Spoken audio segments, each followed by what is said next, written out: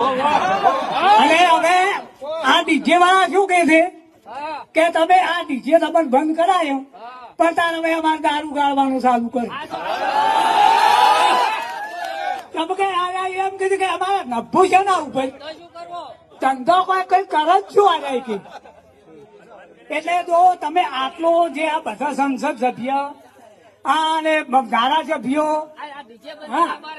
હા અને પછી હવે અમારે તો મારે બધું ચોય નોખવાઈ જાવ વાત તો આથી ગઈ. હા એટલે હવે મહેરબાની કરીને આ તો બંધ કરાયું છે પણ આટલું તમે બંધ કરાવો. જો ઠાકોરમ તમે જો થાવ એનું જો ઊંસાદ આપવા હોય તો